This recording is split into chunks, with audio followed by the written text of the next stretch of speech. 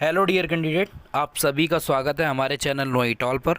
जैसा कि आप सभी जानते हैं, डेली करंट अफेयर का आज डे 16 है, तो आप ऐसे ही मेरे साथ जुड़े रहिएगा। और चैनल को सब्सक्राइब नहीं किया है तो सब्सक्राइब करें और बेल आइकन दबाना बिल्कुल ना भूलें, ताकि आपके पास डेली करंट अफेयर की नोटिफिकेशन आपके यूट्यूब चैनल के माध्यम से पहुंचती रहे। आइए स्टार्ट करते हैं।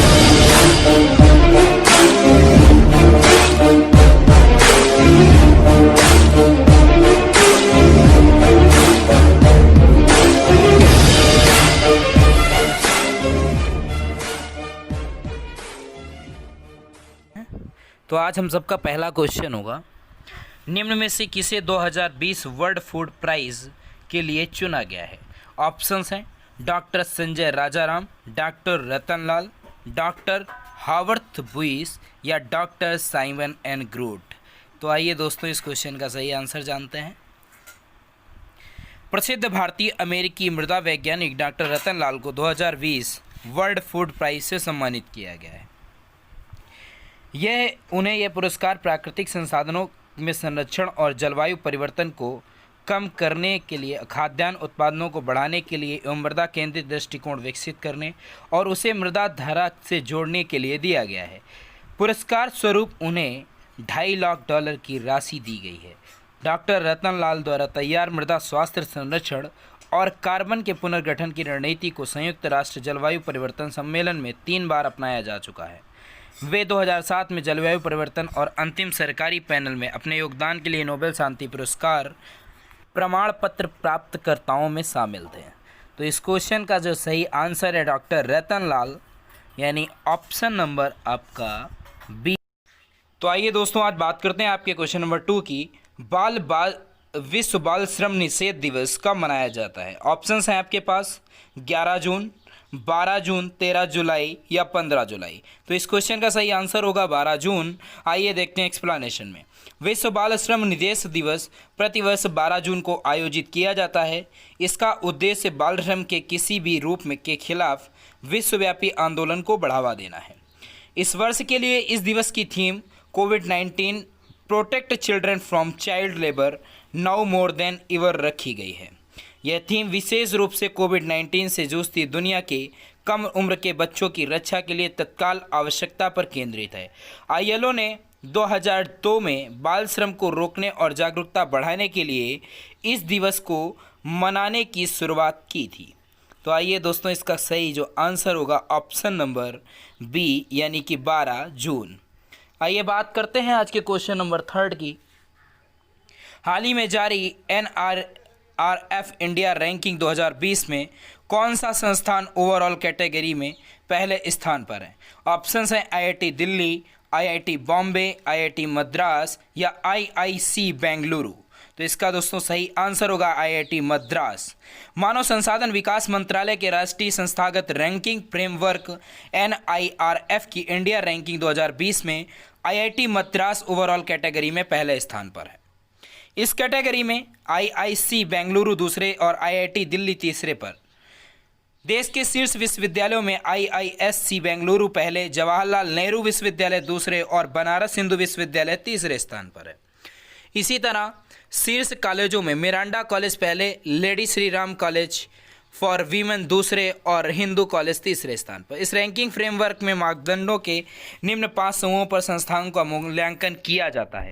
Teaching, learning and resources, research and professional practice, graduation के नतीजे, आउटरीच एंड इंक्लूसिविटी, परसेप्शन। तो इस क्वेश्चन का सही आंसर होगा option number C, IIT Madras. बात करते हैं आज के क्वेश्चन नंबर 4 की। किस राज्य सरकार ने वरिष्ठ नागरिकों के लिए पंचवटी योजना लॉन्च करी। ऑप्शंस है उत्तर प्रदेश, बिहार या हिमाचल प्रदेश या झारखंड। तो इस क्वेश्चन का जो सही आंसर होगा ऑप्शन नंबर सी, हिमाचल प्रदेश। हिमाचल प्रदेश सरकार ने गांवों के वरिष्ठ नागरिकों के लिए पंचवटी योजना लॉन्च की। इस योजना के जरिए आवश्यकता सुविधाओं के साथ सभी विकास खंडों में पार्क और उद्यान विकसित किए जाएंगे।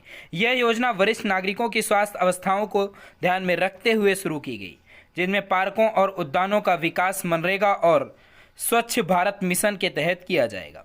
इन पार्कों में आयुर्वेदिक और औषधीय पौधे लगाए जाएंगे। साथ ही बुजुर्गों के मनोरंजन के लिए उपकरण, पैदल रास्ते और अन्य बुनियादी सुविधाएं उपलब्ध कराई जाएंगी। तो दोस्तों इस क्वेश्चन का जो सही आंसर होगा आपका वो होगा ऑप्शन नंबर सी, हिमाचल प्रदेश। बात करते हैं आज के क्वेश्चन नंबर 5 की। केंद्र सरकार ने हाल ही में निम्न में से किस पर आयात शुल्क को 10% से बढ़ाकर 25% करने का निर्णय लिया है? ऑप्शंस है बैम्बू स्टिक, फुटवियर, फर्नीचर या लाइट फिटिंग। तो दोस्तों इस क्वेश्चन का सही आंसर होगा बैम्बू स्टिक। तो देखते हैं इसके एक्सप्लेनेशन को। केंद्र सरकार ने बैम्बू स्टिक पर आयात शुल्क 10% से बढ़ाकर 25% करने का निर्णय लिया है। खादी और ग्रामोद्योग आयोग यानी केवीआईसी के अनुसार ये निर्णय बांस की छड़ियों के भारी आयात को हतोत्साहित करने और स्थानीय उद्योगों को विकसित करने में मदद करेगा। केवीआईसी के अनुसार सरकार के इस कदम के अगले 8 से 10 महीनों में अगरबत्ती उद्योग में कम से कम 1 लाख नए रोजगार सृजित होंगे, जो भारत में ग्रामोद्योग क्षेत्र के तहत प्रमुख गतिविधि है। गौरतलब है कि भारत में चीन और वियतनाम के किए जाने वाले बैम्बू स्टिक के भारी आयात के कारण स्थानीय स्तर पर रोजगारों के अवसरों का नुकसान होता है। आइए तो इस क्वेश्चन का सही आंसर होगा option number A, bamboo stick. बात करते हैं आज के क्वेश्चन नंबर 6 की। बास्तील दिवस का संबंध निम्न में से किस देश से है?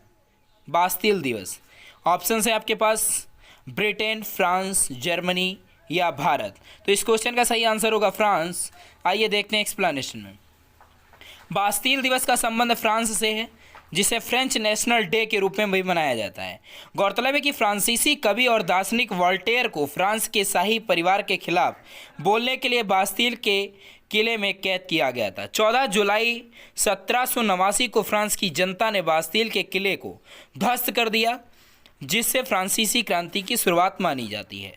फ्रांस में यह दिवस ला फेते नेशनल यानी नेशनल हॉलीडे के नाम से भी जाना जाता है, जिसे 1880 में आधिकारिक अवकाश घोषित किया गया। तो दोस्तों इस क्वेश्चन का जो सही आंसर होगा ऑप्शन नंबर बी यानी कि फ्रांस। आज का क्वेश्चन नंबर 7 बात करते हैं। निम्न में से किसने कमरे को कीटाणु नाशक या कीटाणु रहित बनाने के लिए यूवी सैनिटाइजिंग डिवाइस शुद्ध का विकास किया है?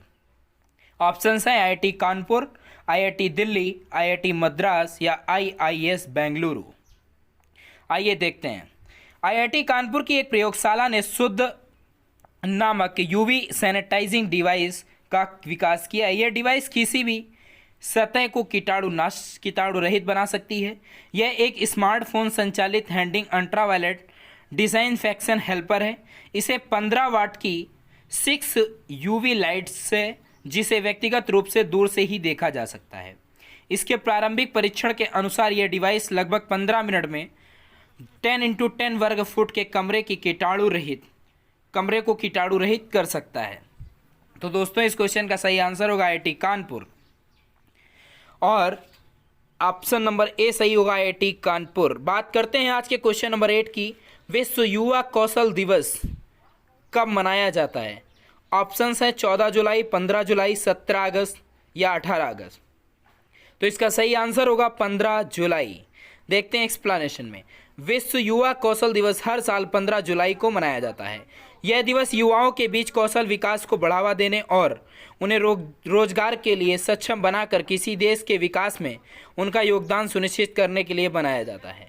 भारत के संदर्भ में इस वर्ष का आयोजन स्किल इंडिया मिशन के शुभारंभ की 5वीं वर्षगांठ का प्रतीक है।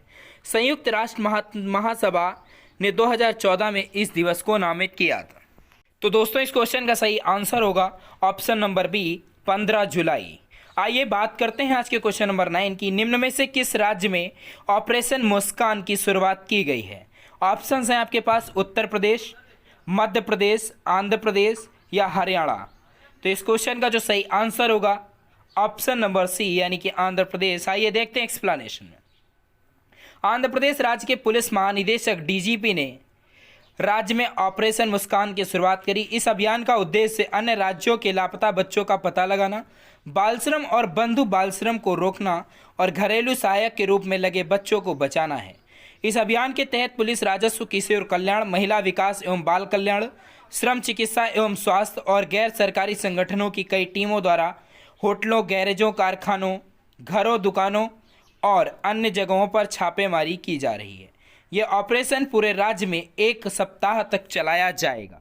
तो दोस्तों इस क्वेश्चन का जो सही आंसर होगा वो होगा आंध्र प्रदेश, यानी ऑप्शन नंबर सी। तो आइए देखते हैं आज का लास्ट क्वेश्चन, क्वेश्चन नंबर 10। मानव संसाधन विकास मंत्रालय ने हाल ही में प्रज्ञाता दिशा निर्देश जारी किए। इसका संबंध किससे? डिजिटल शिक्षा, महिला स्वास्थ्य, दिव्यांग जन सशक्तता या बॉर्डर डिस्प्यूट। तो दोस्तों इस क्वेश्चन का सही आंसर देखते हैं। मानव संसाधन विकास मंत्रालय ने कोविड-19 महामारी के बीच स्कूल द्वारा संचालित ऑनलाइन कक्षाओं के लिए प्रज्ञाता दिशा निर्देश जारी किए हैं।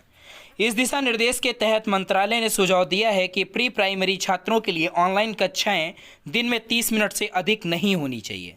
पहली से 8वीं कक्षा के लिए एक दिन में 45 मिनट तक के 2 से अधिक ऑनलाइन सत्रों का संचालन नहीं किया जाना चाहिए। इसके अलावा कक्षा 9वीं से 12वीं तक के छात्रों के लिए ऑनलाइन कक्षाओं को 45 मिनट तक के अधिकतम 4 सत्रों तक सीमित करने का सुझाव दिया है। तो इस क्वेश्चन का जो सही आंसर होगा आपका वो होगा ऑप्शन नंबर ए, यानी कि डिजिटल शिक्षा। ओके दोस्तों, thank you for watch my video. जय हिंद दोस्तों।